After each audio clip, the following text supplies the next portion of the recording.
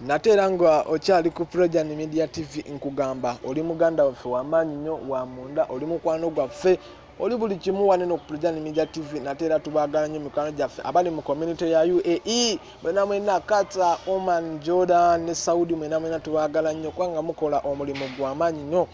Amanya n'eddoboozi bampita Ande Elanda MC de Mike Masaka. Osobola okunfollowinga ku social media icons zange okugeza Facebook Andelanda MC ne ku Instagram pozi ne ku Twitter nobeera nga ofollowinga ne Projan Media TV osobola kubanga ogifollowinga ku Facebook, Instagram ne Twitter. Kakati nno essaawa zino amawulire ge naakafuna agaakagwa ku mmeeza zaffe eza Projan teri malala naye okuggyako era ga Big Size bye cool ndoza asinga bamutegeera. Kakati nno omuto obukulu gugamba nti laba okuswala Bebe Cool alese bwino yenna ku Spice Dana yagoba okusaba lwa buto.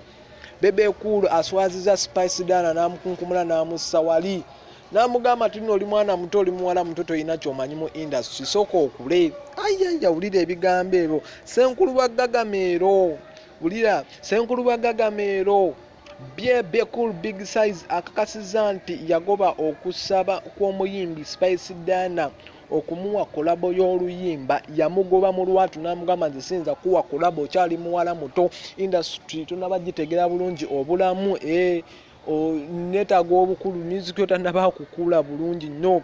Yamugoba n'agaana omuwa kolabo. Bebe Cool agamba nti Spice Dana yali akyali mwana muto mu kisaawe ky'okuyimba ng'alina okukola ennyo okufuna erinnya okusobola okukola kolabo naye.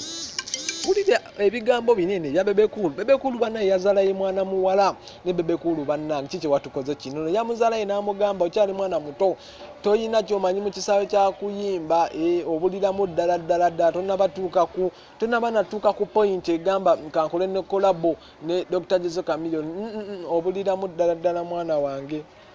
Obulamu bwo okuyimbako sinakulamu value tonakola gulye yendagala. Yamugambe Bebe Cool yayogera bwati I told her to first work hard and reach a certain level on the music charts then we can work. Uli akagambo ate musajja wa luzungu nnyo no Big Size Bebe Cool lozo muli akagambo ke yayogedde I told her to first work hard and reach a certain level on the music charts then we can work. Bannange yamuzaalaye yamugambye nti obuliramu ddala akagamuluza mukawudde mu ngeri y'emu agambye nti mu kiseera kino Spice Dana asemberedde okukula mu by'okuyimba era essaawa yonna ayinza okumuwa kolabo. Yamaze nate n'amudifendinga n'amugamba kati mulaba omwana atandise okuvaayo essaawa zino eno era nsobola okuvaayo ne ŋŋamba akawala bambi kawe kolabo katandise okukula.